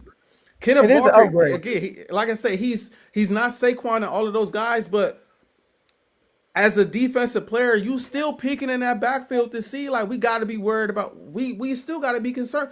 When they fake that play action and boot to the outside, it's going to be some guys running with Kenneth Walker in ways that they wasn't running with Pacheco.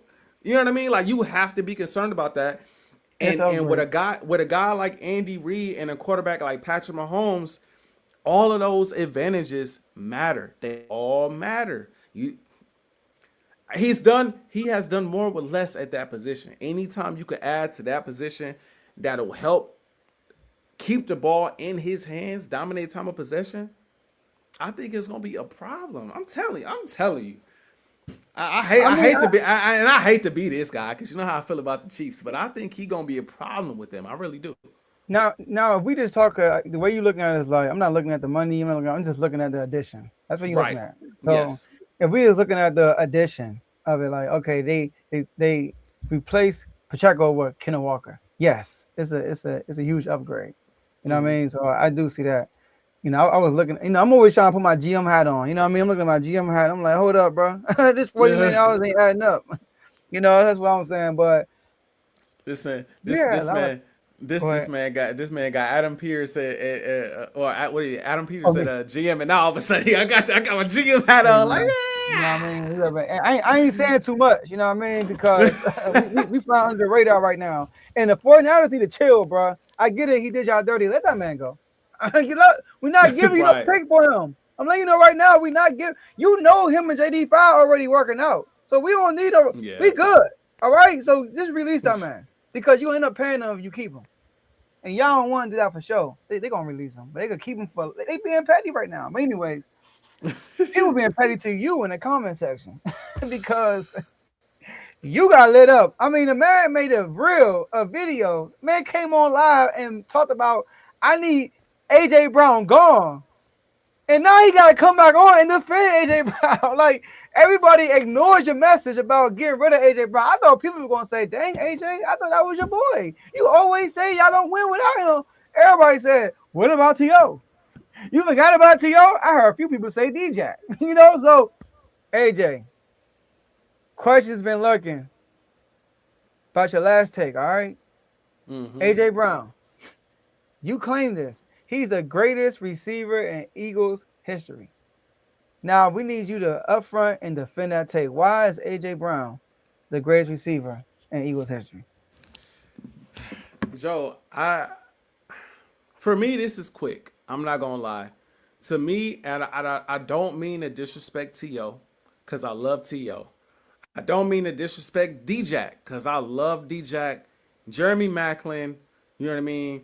Obviously, Devontae Smith now is doing his thing, and then you got the guys that came before him, the Harnold Carmichaels and all of those guys I didn't see to play the game, right? So I don't want to disrespect those guys, but as far as being a Eagles receiver, none of those guys have been better, in my opinion, in the Eagles jersey than A.J. Brown.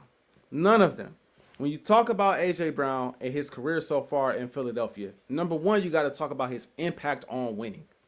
You got to talk about his impact on winning. The Philadelphia Eagles, before he came along, were a playoff team because of Jay Hurts. You know, he was still in the offs. Don't get me wrong. But he came along and helped us get to two, not one, but two Super Bowls, right? Two Super Bowls, right? He played a big part in both Super Bowl runs, not only in the regular season, but in the postseason, right? So we know that is the case, right? You talk about achievements and accolades. The man in the Eagles jersey broke Calvin Johnson's record for the most games in a row. I believe it was 6 games in a row with over 125 yards. He's a 3-time All-Pro. He's had 2 back-to-back 1,400-yard plus seasons. No Eagles receiver can say that, no matter the era. As explosive as Deshaun Jackson was, he never went for 1,400 yards, right? You could argue he's as versatile as any of the guys that's in that conversation. Like we talk about D-Jack being a deep threat. AJ Brown not a deep threat. AJ Brown can't take the top off the defense. Then you talk about a guy catching the ball over the middle. AJ Brown can't catch the ball over the middle. You talk about a guy being physical. AJ Brown not physical. AJ Brown don't have the ability to be, to be finesse. AJ Brown has done some of everything in the Eagles jersey. Now, when you look at these other names, Carmichael, again, respect to him. I didn't see him play the game, so maybe I'm naive to him, right? He ain't put up and again, it's different eras, so it's hard to compare in those eras. But he ain't put up the numbers that AJ Brown put up. He didn't, right? Like I said, Deshaun Jackson, I was able to watch him play. Deshaun Jackson wasn't going over the middle of the field, which is why he wasn't getting the same yards and getting the same stuff that AJ Brown was getting. And D-Jack could be a little injury prone at times too. And I love D-Jack, but at times D-Jack was a I don't even know how to phrase it. D-Jack was a I hate to put it like that. I love D-Jack. But D-Jack could kind of be like a one-trick pony at times. Like if it wasn't the deep ball or the screen he was taking to the house, D-Jack really wasn't that effective. It was Jeremy Maclin that was getting the slants and being a physical guy and doing all of the dirty work. And then D-Jack could just take the top off the defense. That was his role, and he excelled in it. But that's really all D-Jack was for real. Now, let's get to T.O. I see somebody in the comment section talking about that's the dumbest thing anyone can say. I mean, I don't mean to disrespect T.O., but listen. T.O. played for the people that's watching. And when we edit this, I need this zoomed in on me. T.O. played for the Eagles for 2 years. 2 years. 1 year, he went for 1,200 yards and I had to double check. He had double-digit touchdowns, if I'm not mistaken. He missed most of the postseason, did not play. The Eagles got to the Super Bowl without him. Donovan McNabb and the offense carried them boys to the Super Bowl without the magnificent T.O. Crazy. I never seen the Eagles get to the Super Bowl without AJ. I just want to point that out. Just as great as we are, we never got to the Super Bowl without AJ Brown. But we got there without T.O. Granted, he got into the Super Bowl and he played on a broken leg and gave us one of the greatest Super Bowl performances of all time. And T.O. is T.O. But that was for 1 year. What did he do the following year? He gave us 700 yards and then was in a driveway doing sit-ups and mad at Donovan McNabb because Donovan McNabb didn't speak up about him getting a contract extension. And before we know it, he went and played for our ops. He had better seasons with the ops. He went and played with Dallas, had a better career in Dallas than he did in Philly.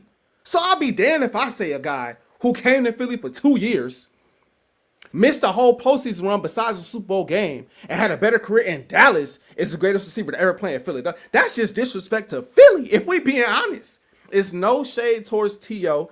T.O. is the best receiver to ever play in Philly, similar to the fact that LeBron James is the best player to ever play in Miami. He's not the greatest player to ever play in Miami. That would be D Wade. And there's a difference. Some people got to understand the difference. A lot of people don't understand the difference. When you hear the word greatest, everybody automatically thinks the best. And that's not what that means. Greatest is longevity. Greatest is accomplishments, achievements. What did you do? Best is talent for talent, who's better. Talent for talent, yes. Give me T.O. all day long. All day is Terrell Owens. He's top 3 receiver all time, yes. But greatness for this franchise, he had more greatness with San Fran. He had more greatness with Dallas than he did with Philadelphia. So he is not the greatest receiver to ever play for the Philadelphia Eagles. He's the best, not the greatest. And in my opinion, my humble opinion, he's the only one that I feel like really deserves a debate because he is T.O. Them other guys, they cool. Don't get me wrong. They cool. They not 1K.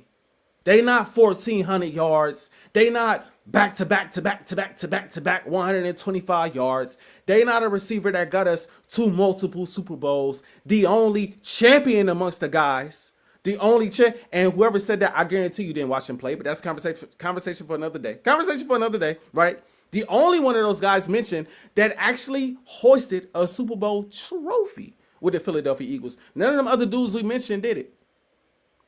And if they did, it wasn't a Super Bowl trophy. It was like an NFL championship. And nowadays, I'm told that don't count. So I'm just saying, overall, AJ is the best. None of these other guys have done what AJ Brown did in the Eagles jersey. I don't think it's that close. And I've listened to older Eagles reporters say the same thing. Like, as great as Carmichael was, there was another guy. I'm trying to find the name real quick if I can find it real fast. Mike Quick. Come on, bro. No disrespect. He's not AJ Brown, bro. I'm sorry. That's no.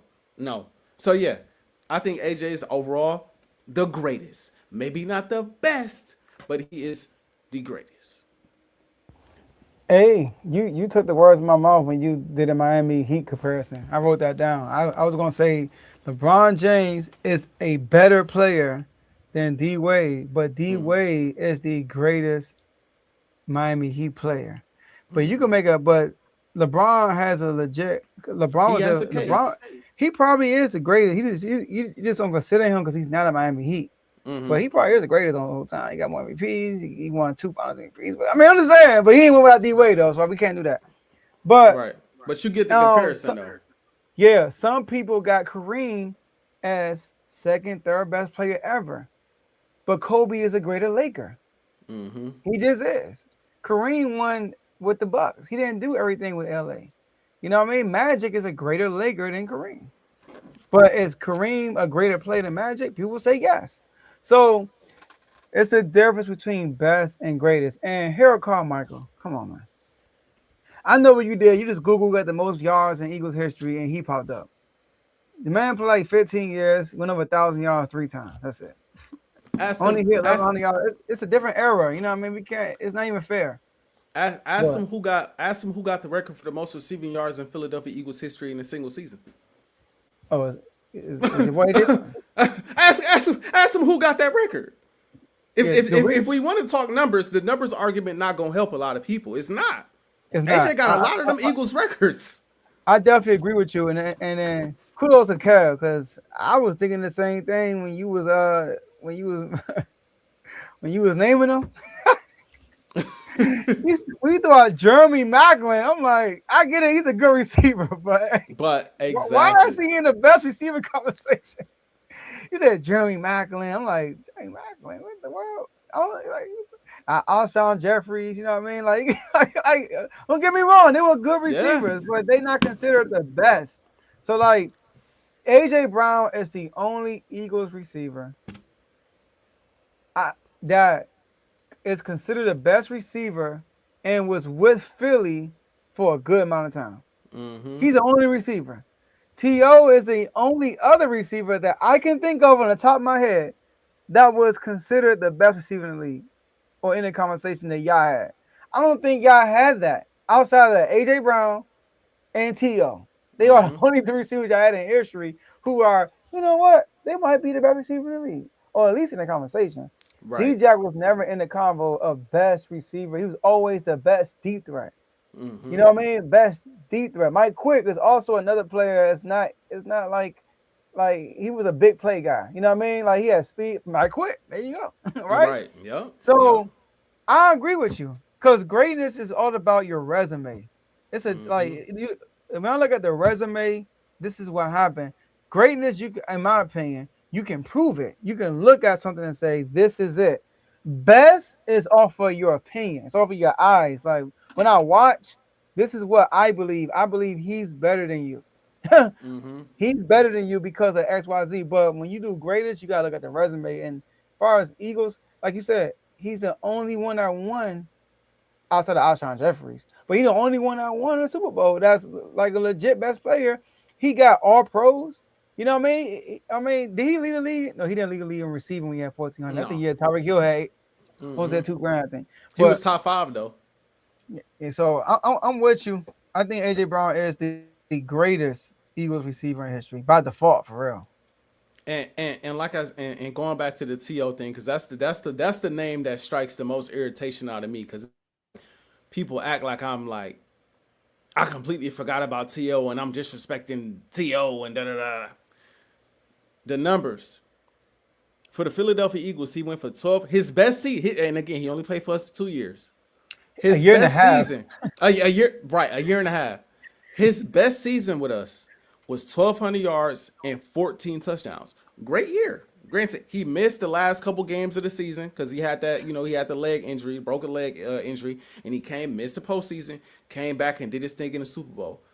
That following season, 763 yards, 6 touchdowns, he was gone. Now, his best season with the Ops, Dallas, which in my opinion immediately disqualifies you from this conversation. Like you don't even belong in this conversation when you spent 4 years in Dallas and 2 years with us. But his best year in Dallas, 1,355 yards, 15 touchdowns. He's a greater Dallas Cowboy than he is a Philadelphia Eagle. He's a greater Dallas Cowboy than he is a Philadelphia. So again, I will be damned if I say T.O. You see the you feel where I'm coming from, Joe? I'll be damned if I say he's the greatest Eagles receiver when he went and had his best years with the Ops and was torturing us. I'm old enough to remember him killing us, taunting us, doing in the end zone.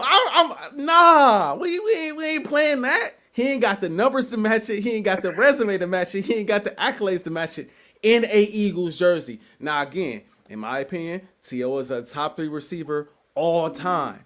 It's Rice, it's Moss, it's T.O. And depending on what day you catch me on, I might say Moss, T.O., Rice, because I didn't see Rice. But at the end of the day, as an Eagle, one great season does not make you the greatest in anything. And that's a way of life. You do a thing one time great, that don't make you the greatest of anything for the most part. You have to continue to display that greatness in order for you to get that accolade over guys that have displayed it over a period of time. Don't get me wrong. He's clearly the best receiver you ever had. Yeah, for sure. Yeah. Because even that 1 year he had, arguably you can say is more impressive than AJ Brown's best year. Yeah, like I said, to me, well, my bad. Go ahead. Because he missed 2 games. AJ Brown's playing 17. That's facts. So he missed 2 games. He didn't have another guy on the other side, so he's not being secret cover the whole game. So he put in work, and he had 14 touchdowns. And even the year he played half the season, not even half, he played 7 games, he had almost 800 yards. This is true. Bruh, he was cooking. So this is true. So the only reason why he's not the score, in my opinion, the whole Dallas thing don't disqualify him to me, because at the end of the day, he played for y'all. I get as an Eagle fan, you don't want to do it, but that's just how disrespectful he is. He cooked with y'all, then go to the Ops and cook with them. He also led the league in drops that year too with the Cowboys, I think. But the man, like, the only thing that's stopping him is AJ just play longer.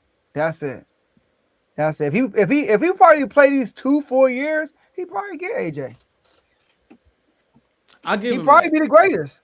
I get, and again, his name alone and how great he is alone in itself, right, would automatically put him in a certain conversation if he did it for 4 years or even 3. If he gave you 3 years same production, it would be the same thing. I put this comment on the screen because it's just like, respectfully, we appreciate you tuning in, but like, these be the people I be debating with. They just be kind of saying anything.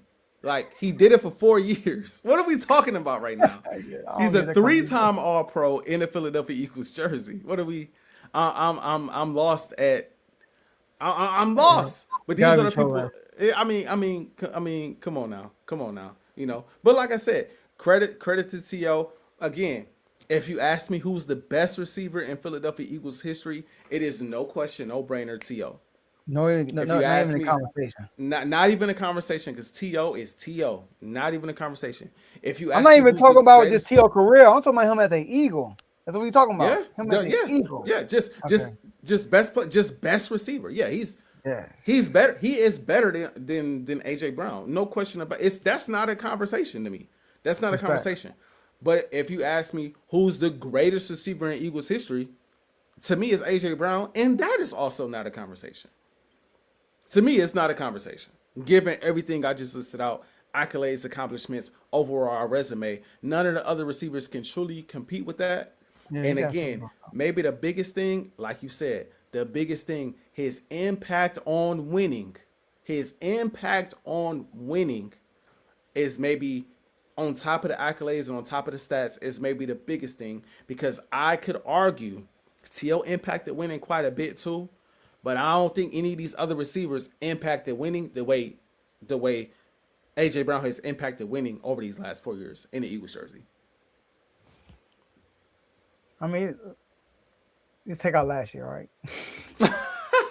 Hey, we made the playoffs. And last year was rough. A lot of them blaming AJ Brown for the. Shoot, I'm kind of one of them. I ain't gonna lie, but I mean, still, you know what I mean. I still give him. I still say, he puts another pressure on the defense that defenses got to worry about. And so I give AJ. I've seen us ascend with AJ Brown in ways that we was not ascending without him. He took our team to another level when he joined. So I got to give credit where it's due. Yeah. Shout out to both of y'all receivers, man. I'm not gonna lie. T.O. was like that, and AJ Brown doing his thing. So yeah, he's the greatest. T.O.'s the best. Just know the difference. Everybody's tuning in. All right, sir. Great show. I mean, a lot of electricity today, like always. And my last words, I mean, he over here, arguing about who the greatest receivers, in his history,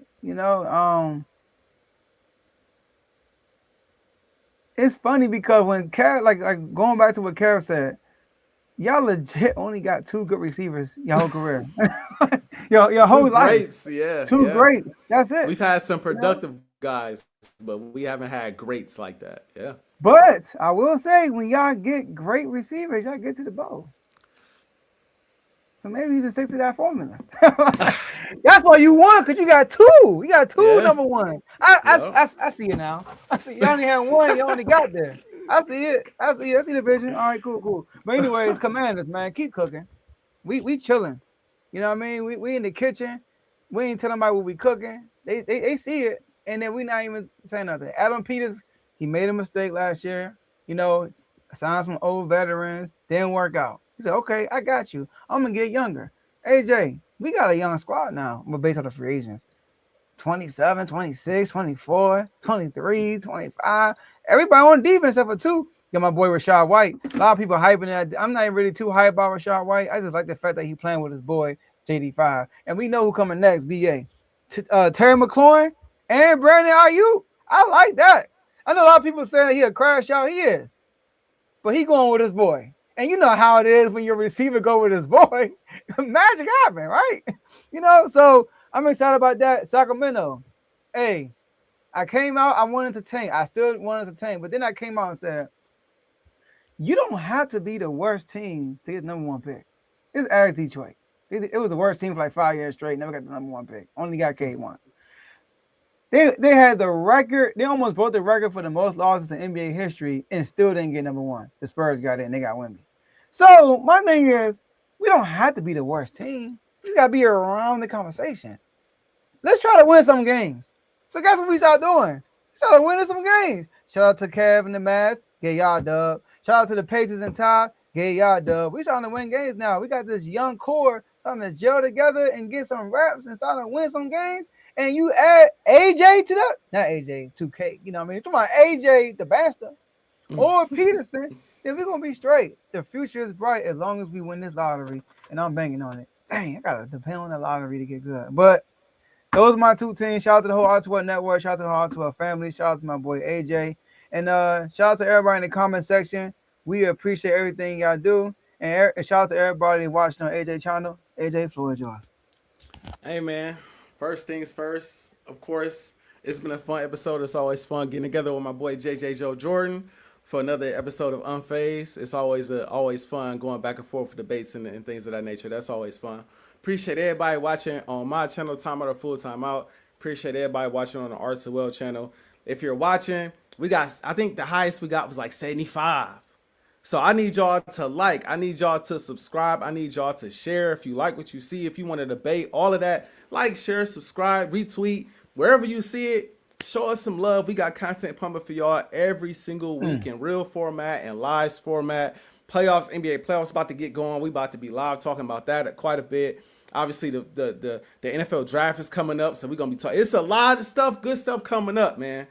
And we might even dip into a little boxing there somewhere, too. I know we not in the red corner, but we might have to, dip into a little bit of that, too, just here and there. You know what I mean? So y'all make sure y'all tune in for that. Lakers. I don't want to be this guy, but it's pretty obvious. We are a better team without LeBron right now. It's just the facts, bro. It's just the facts. The defense look better. The offense look better. AR and Luka look like they play more free. DeAndre Ayton blocking shots, catching lobs. It just looked like we are a well-oiled machine at this point without LeBron. And as Lakers fans, that's kind of what we got to look forward to. It's no shot at LeBron. We appreciate everything you've done for the city, everything you've done for the team. You got us a championship the year we lost Kobe Bryant. And I will always have respect for you off that.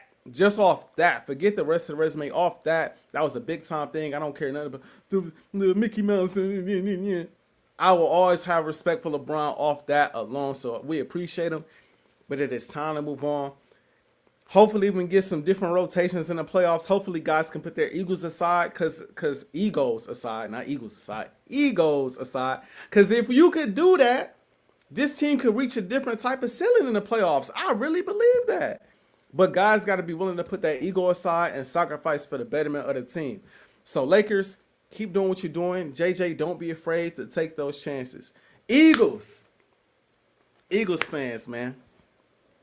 AJae Birds is here, man. The first episode is out. And let me just roll y'all this intro. Give y'all a preview of what every show looks like at the start, man. So let me show y'all real quick, give y'all a preview. 70 people in the building, man. First episode out. Let's get this on the screen real quick, Joe. Roll it for him.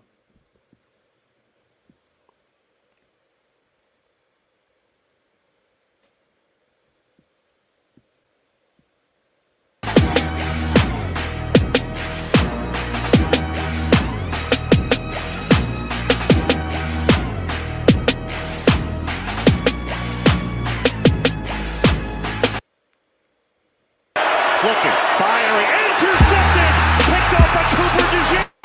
Gets a block, snap it, and it's Trey Burton who throws caught. Foles going for it all into the end zone, and it is caught. And Hurst going deep for it all. Devontae Smith, he has got it.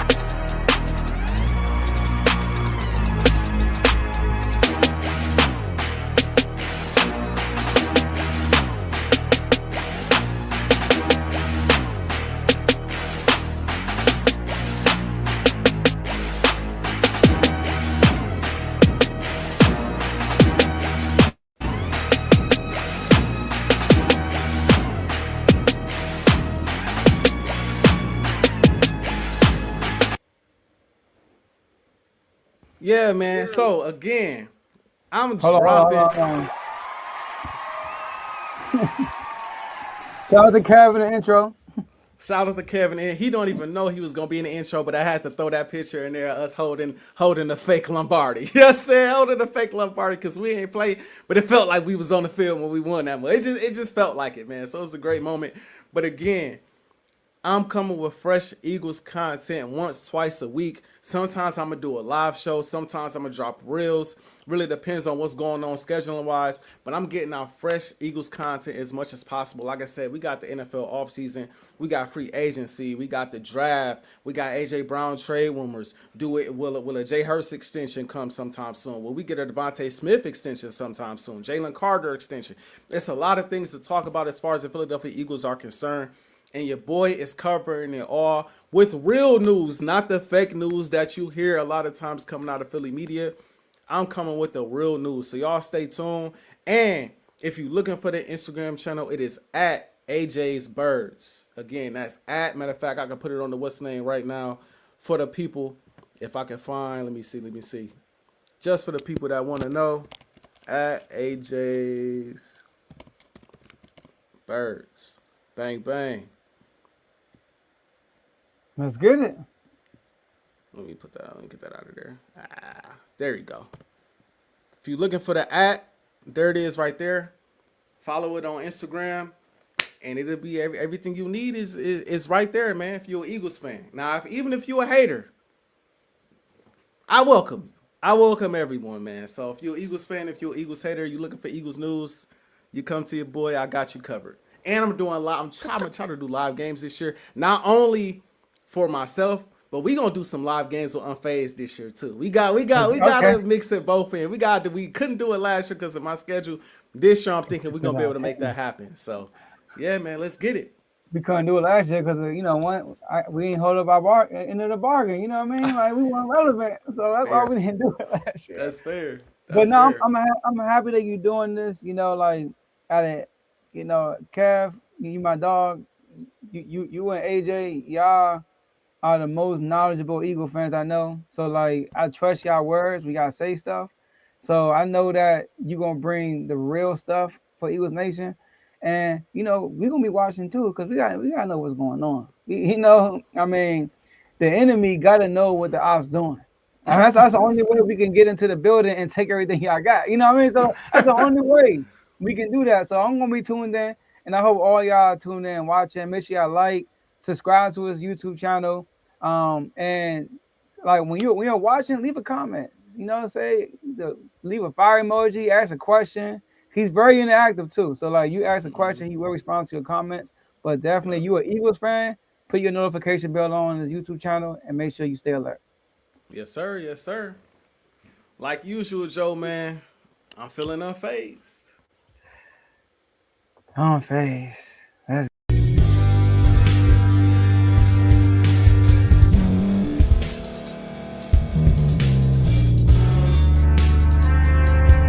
Thank you for staying to the end. If you're watching this on YouTube, please like this video, subscribe, and also hit that notification button so you can be notified next time we put out a video. If you're listening on any podcast platform, subscribe and hit that notification button, y'all, so you can be notified we put out another podcast audio. And last but not least, hit that share button. No matter what you're listening to or watching it, hit that share button and send it to somebody that you know that would love to watch this episode you just listened to. So once again, thank you for staying to the end, and we'll see y'all in the next episode.